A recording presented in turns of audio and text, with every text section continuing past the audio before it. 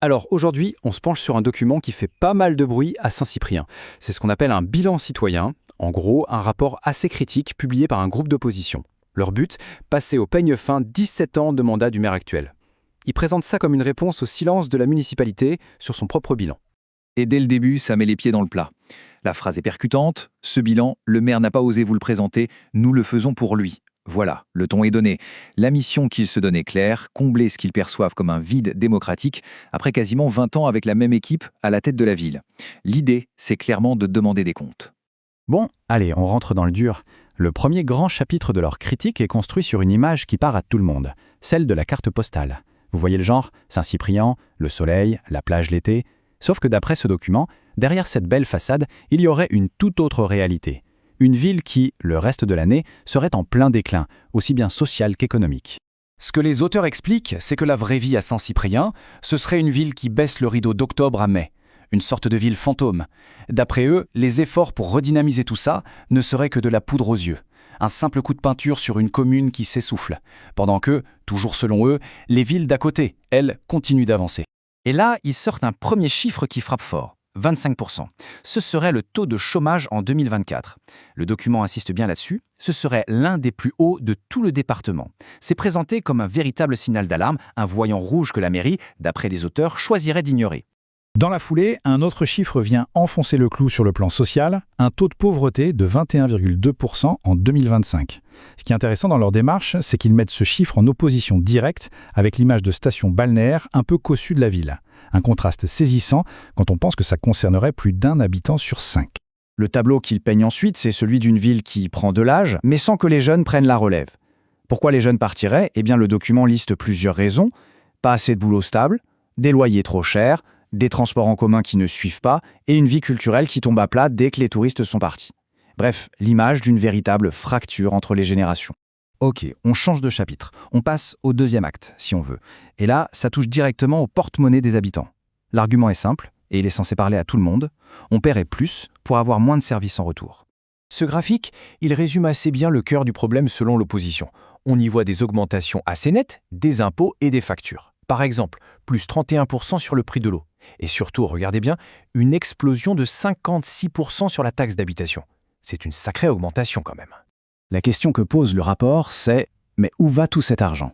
Et leur réponse est sans appel. Ils accusent la mairie de ce qu'ils appellent une fiscalité de façade. L'idée, c'est que l'argent en plus ne servirait pas à améliorer le quotidien, mais plutôt à financer ce qui se voit, la com, les événements, les dépenses de prestige, pendant que le reste, l'essentiel, se dégraderait.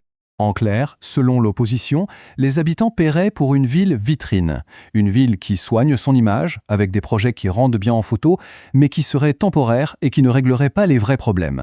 Bref, une ville où l'argent public servirait à entretenir une façade plutôt qu'à améliorer concrètement la vie des gens au jour le jour. On aborde maintenant la troisième partie, et là, on monte d'un cran. C'est sans doute le chapitre le plus sensible du document, celui qui attaque la gestion et la gouvernance. Et pour ça, l'opposition ne sort pas des chiffres de son chapeau, il s'appuie massivement sur des rapports officiels de la Chambre régionale des comptes, la fameuse CRC. Et ça, c'est un point vraiment important. L'opposition insiste là-dessus. Ce ne sont pas juste des accusations en l'air, mais des constats qui viendraient d'audits financiers officiels. Forcément, ça donne beaucoup plus de poids à leur discours sur la manière dont l'argent public est géré dans la commune.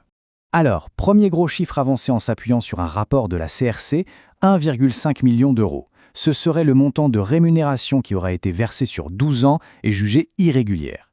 C'est une somme énorme et évidemment pour les auteurs du bilan, ça pose de sérieuses questions sur la rigueur de la gestion en interne. Pour illustrer ce qu'ils appellent les dépenses de prestige, le document donne un exemple très concret, 60 000 euros. C'est le coût, chaque année, d'une loge VIP pour le club de rugby de l'USAP. Pour l'opposition, c'est le symbole même d'une gestion qui préfère le paraître, l'apparat, plutôt que de s'occuper des vraies priorités des habitants. Un autre chiffre mis en avant, près de 4 millions d'euros. C'est la somme qui aurait été investie par la mairie pour acheter des locaux commerciaux. L'objectif, c'était de revitaliser le centre-ville, sauf que, selon le document, le résultat est là, ces locaux seraient toujours vides aujourd'hui. L'opposition qualifie ça, bien sûr, d'échec, un échec qui a coûté très cher. Et la liste ne s'arrête pas là. Le rapport pioche d'autres conclusions dans les audits de la CRC. Par exemple, des dettes envers la commune qui n'auraient pas été réclamées, une gestion des conflits d'intérêts jugée un peu légère, ou encore des biens de la ville attribués sans trop de transparence. Tout ça, mis bout à bout, dresse le portrait d'une gestion qualifiée d'opaque et de très personnalisée. On arrive maintenant à la conclusion de ce bilan citoyen. En gros, le document boucle la boucle. Il résume son idée principale et lance un appel en martelant cette opposition entre l'image, celle que la mairie voudrait projeter, et la réalité, celle que vivraient les habitants. Et le mot qui résume tout ça, c'est vraiment celui de ville-vitrine. C'est le concept central de toute leur critique. Ça résume bien leur pensée. Une politique municipale qui serait obsédée par la façade, par ce qui brille, ce qui se voit, ce qui passe bien aux communications, tout en délaissant ce qui fait le cœur d'une ville, l'économie, le social, les services de tous les jours. Pour finir, l'argument massu du document, c'est que 17 ans de cette politique de la vitrine auraient conduit la ville dans une impasse. Stagnation, perte de confiance et surtout tout un tas d'occasions manquées. Derrière la com bien huilée de la mairie, le rapport veut montrer l'image d'une ville qui souffre. Et tout ce décryptage se termine par la question, qui est aussi la conclusion du document, une question simple, directe et bien sûr un peu provocatrice. 17 ans, c'est trop. Elle est laissée en suspens pour que chacun puisse se faire sa propre idée sur ce défi politique lancé à l'équipe municipale actuelle.